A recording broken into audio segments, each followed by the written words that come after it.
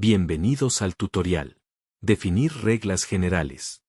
En este video se explicará el objetivo del sistema, cómo ingresar, y el procedimiento para definir las reglas generales, bajo las cuales el SaaS llevará a cabo sus evaluaciones, así como la información que se refleja en cada una de ellas, y el fundamento correspondiente para su definición. En algunos casos, podrán ser definidas por el cliente, en otros, será necesario validar el fundamento legal, federal y estatal aplicable, con el fin de determinar los resultados de las evaluaciones realizadas por el sistema. Objetivo. El objetivo de este tutorial es proporcionar una guía práctica para definir las reglas generales del sistema SaaS, previo al inicio de la carga de anexos y documentación soporte. La correcta definición de estos rubros permite establecer los parámetros bajo los cuales el sistema realizará las evaluaciones correspondientes y determinará los resultados. ¿Cómo ingresar? Las reglas generales se estructuran en 5 rubros: grado de integración del expediente, umbrales por tipo de procedimiento, deadlines en las distintas etapas del procedimiento, testigos sociales y topes de incrementos modificatorios. Para conocerlas, el usuario deberá seguir los siguientes pasos. Ingresar al módulo configuración desde la pantalla principal. Dar clic en el botón Reglas generales. Desde esta vista, el sistema mostrará los 5 rubros que integran este módulo. Procedimiento para definir reglas generales. A continuación, se hará énfasis en los parámetros a configurar en cada uno de los rubros. Semaforización por grado de integración. Este rubro es 100% configurable y su definición queda a criterio del cliente. Su objetivo es indicar el nivel de integración del expediente del contrato, a partir del porcentaje de documentación integrada. El sistema considera 3 grados de integración, los cuales se encuentran semaforizados para reflejar el nivel de riesgo asociado: rojo, amarillo y verde. Los porcentajes de integración asignados a cada nivel de riesgo son configurables de acuerdo con las necesidades del cliente. No obstante, se recomienda conservar los parámetros predeterminados, ya que resultan adecuados para la evaluación del grado de integración del expediente. Dichos parámetros son los siguientes. Rojo, riesgo alto. El expediente presenta un porcentaje de integración entre 0% y 55%. Amarillo, riesgo medio. El expediente presenta un porcentaje de integración mayor al 55% y hasta el 80%. Verde, riesgo bajo o sin riesgo. El expediente presenta un porcentaje de integración mayor al 80% y hasta el 100%. Grado de integración mínimo requerido. Este parámetro se encuentra relacionado con la prueba V01 grado de integración es pendiente contrato. Se recomienda mantener un grado de integración mínimo del 80% en los expedientes, con el fin de contar con la documentación más relevante y suficiente ante posibles procesos de revisión o auditoría. Umbrales por tipo de procedimiento. Este rubro se configura de acuerdo con la legislación aplicable, considerando el origen de los recursos con los que se ejecutaron los contratos sujetos a revisión, ya sea federal o estatal. Los umbrales por tipo de procedimiento corresponden a los montos económicos mínimos y máximos, definidos de manera anual. A nivel federal, estos se establecen generalmente en el presupuesto de egresos de la Federación, mientras que, a nivel estatal, se determinan en el presupuesto de egresos de la entidad federativa correspondiente. Dichos umbrales permiten definir el método de contratación que deben aplicar las dependencias o entidades públicas para la adquisición de bienes, arrendamientos, servicios u obras públicas. Los métodos de contratación para bienes, arrendamientos y servicios se clasifican en las siguientes modalidades.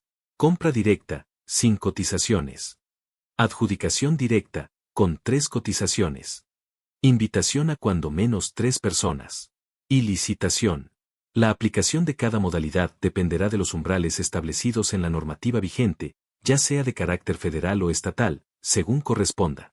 La selección del tipo de ley dependerá directamente del origen de los recursos con los cuales se haya ejecutado el contrato objeto de revisión. Esta información puede identificarse mediante la revisión del contrato correspondiente y deberá registrarse conforme a lo indicado en el anexo F06 alta de contratos. Es importante considerar que, de manera habitual, el cliente puede contar con contratos financiados tanto con recursos federales como estatales.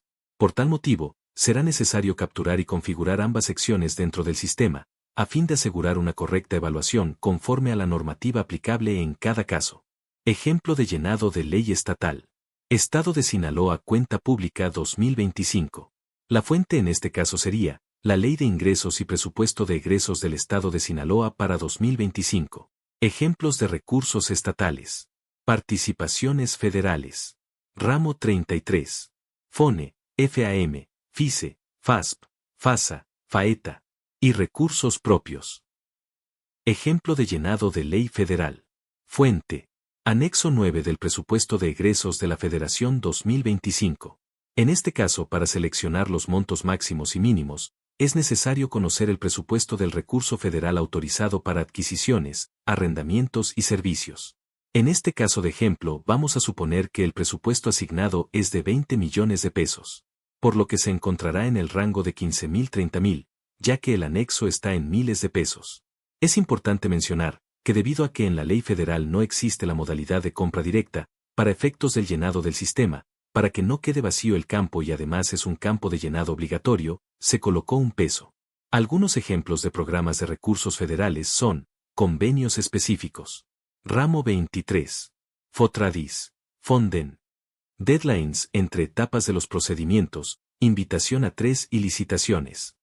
Los deadlines entre etapas de los procedimientos permiten establecer los plazos máximos y mínimos que deben transcurrir entre cada fase de los procesos, de invitación a cuando menos 3 personas y licitaciones, conforme a la normativa aplicable. La correcta definición de estos plazos es fundamental para evaluar el cumplimiento procedimental, identificar posibles desviaciones y determinar el nivel de riesgo asociado a cada procedimiento. Cabe mencionar que los deadlines entre etapas podrán variar de acuerdo con la normativa aplicable, ya sea federal o estatal, y se determinan en función del origen de los recursos con los cuales se haya financiado el contrato correspondiente. Normativa estatal. Principalmente se deben contestar 2 preguntas clave. ¿Qué normativa menciona los deadlines, a nivel artículo, y cuáles son estos deadlines? Las principales normativas que se debe consultar a nivel estatal son Ley de Adquisiciones, Arrendamientos y Servicios de la entidad federativa, y su reglamento a la ley. A continuación presentaremos un ejemplo de llenado de ley estatal. En este caso, tomaremos las leyes del Estado de Sinaloa, considerando como normativa aplicable la Ley de Adquisiciones, Arrendamientos, Servicios y Administración de Bienes Muebles para el Estado de Sinaloa. No cuenta con reglamento de la ley. T1. Tiempo mínimo requerido entre convocatoria y apertura de propuesta. En el artículo 39, menciona que el plazo para la presentación y apertura de propuestas de proposiciones será, cuando menos, 15 días naturales contados a partir de la fecha de publicación de la convocatoria. Nota, en el sistema SaaS, viene por default la palabra hábiles, sin embargo, no en todos los casos aplicará. T2. Tiempo mínimo requerido entre junta aclaraciones y apertura de propuesta. En el artículo 41, menciona que, al concluir cada junta de aclaraciones podrá señalarse la fecha y hora para la celebración de ulteriores juntas, considerando que entre la última de estas y el acto de presentación y apertura de proposiciones deberá existir un plazo de al menos 6 días naturales. De resultar necesario, la fecha señalada en la convocatoria para realizar el acto de presentación y apertura de proposiciones podrá diferirse. Nota, no menciona una cantidad exacta de días, sin embargo, dice que entre la última junta de aclaraciones y la celebración acta de apertura deberá existir de al menos 6 días. T3. Tiempo máximo permitido entre apertura de propuestas y fallo.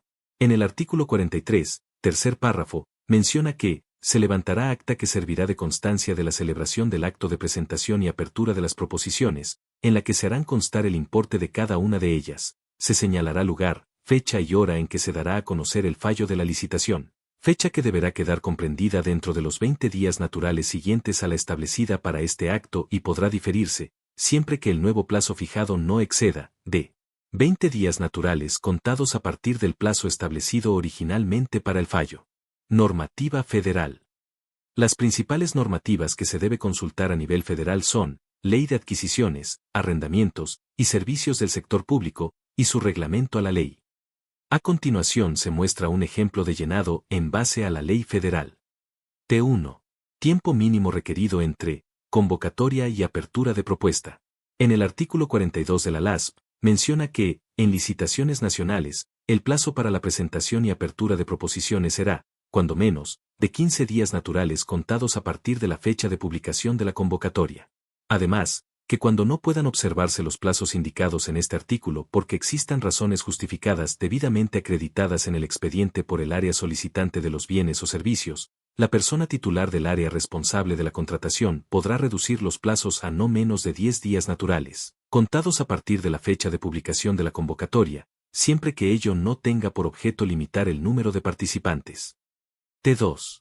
Tiempo mínimo requerido entre junta aclaraciones y apertura de propuesta.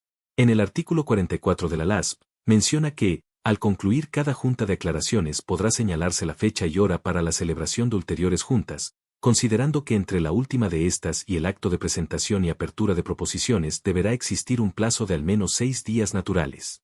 De resultar necesario, la fecha señalada en la convocatoria para realizar el acto de presentación y apertura de proposiciones podrá diferirse.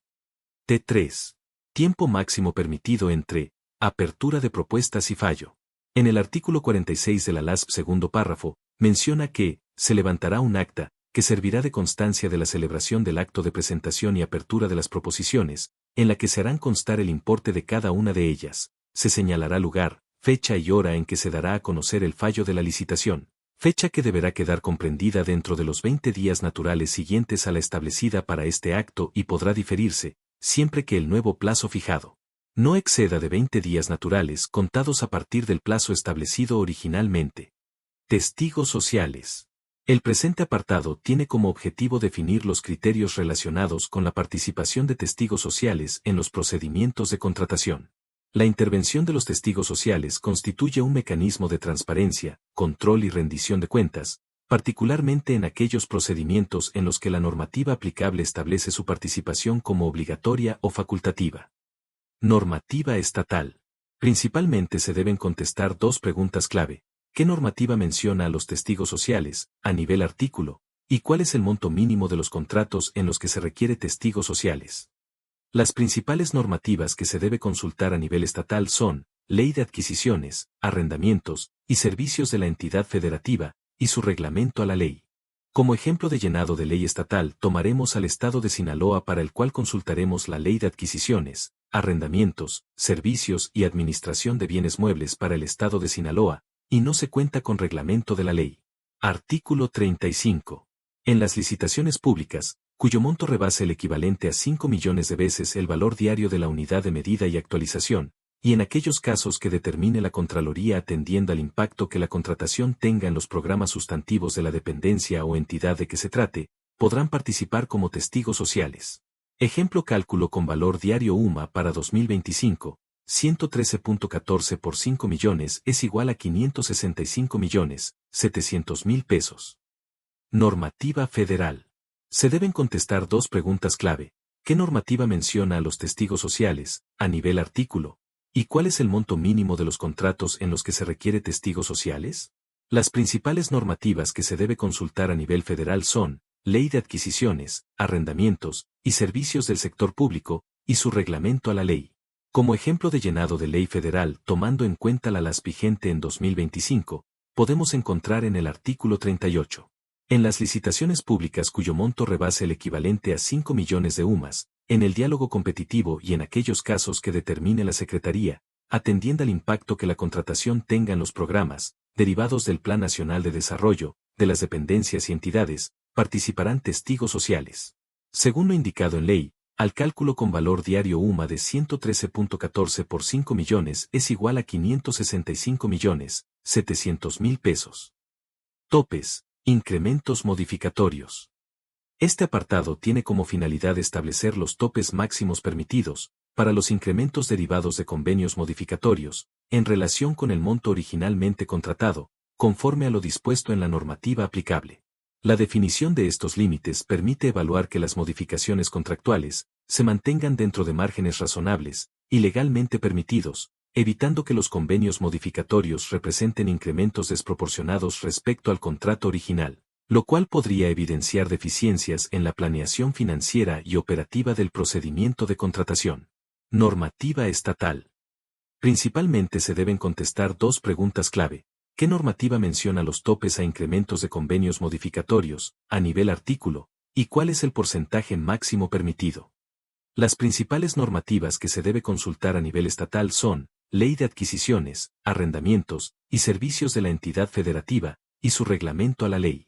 A continuación se presentará un ejemplo de llenado de ley estatal, con la normativa del Estado de Sinaloa, para lo cual se tomaría en cuenta la Ley de Adquisiciones, Arrendamientos, Servicios y Administración de Bienes Muebles para el Estado de Sinaloa, la cual no cuenta con reglamento. En el artículo 62, se menciona lo siguiente.